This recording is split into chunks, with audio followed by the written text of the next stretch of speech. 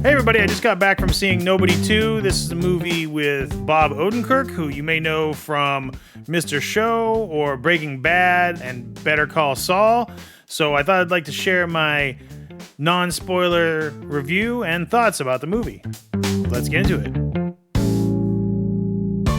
Alright, so this is a follow-up to the 2021 movie, Nobody, which also starred Bob Odenkirk. That was a well-received movie. It had a budget of about $16 million and made $57 million worldwide, so pretty good for a movie with a low budget. Enough so much that they made a sequel. And this movie does a good job of giving you the things that you want to see, mainly Bob Odenkirk kicking ass. Surprisingly, it's very fun to watch him kick ass. He's an unassuming character. You know, it's you wouldn't expect looking at him for him to do the things he does, and that's what makes the movie so much fun. I mean, it's kind of the whole point. He's just an average guy, you know, kind of a loser, but he's got these skills. He has a particular set of skills that he likes to use quite a bit. In this movie, you know, he's still doing his thing. This time we get a little bit more with the family.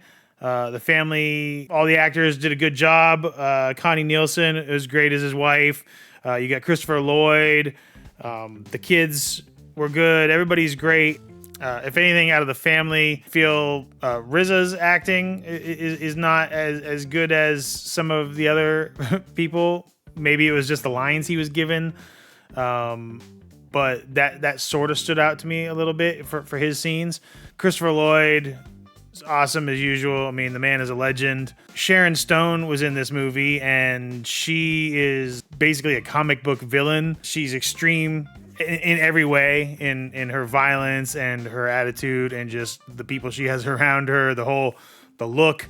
Everything about her is like comic book villain, which didn't seem like they did that as much in the first one, so it was sort of a different thing. This movie does have a different way of telling the story than the first movie did, and I appreciated that they try to keep it different. You know, it wasn't just an entire rehashing of what made the first one good.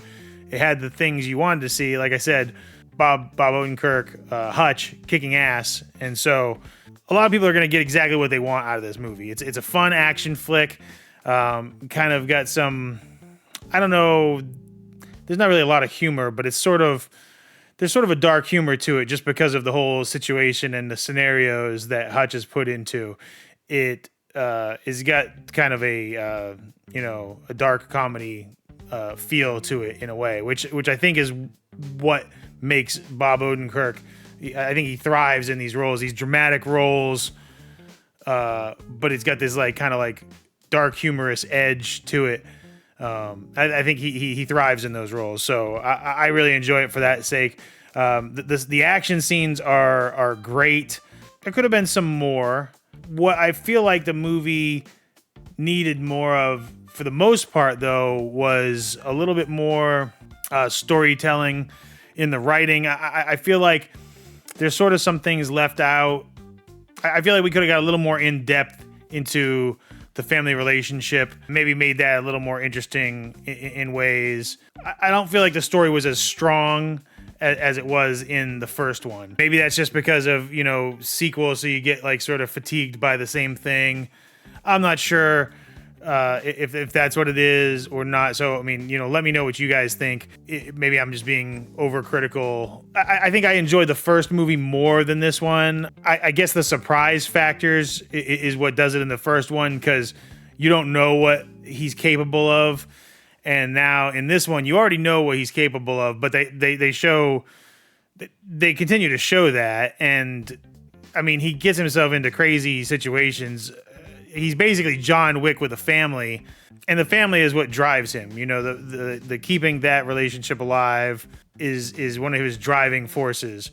I did like the movie. I like the action, the acting. Like I said, I just feel like the story needed a little more oomph to it. And with that being said, I would say that I would give this movie 3.5 Wolverine popcorn buckets out of 5. I think it's a good movie. I just don't think it lives up to the first one as much. I do recommend seeing it if you're a fan of action, and Bob Odenkirk. You can't go wrong. So let me know what you think of the movie. Are you planning on going to see it? Did you see it? Let me know in the comments. I'd love to hear your thoughts. Do you enjoy watching Bob Odenkirk kick ass as much as I do? Let's talk about it.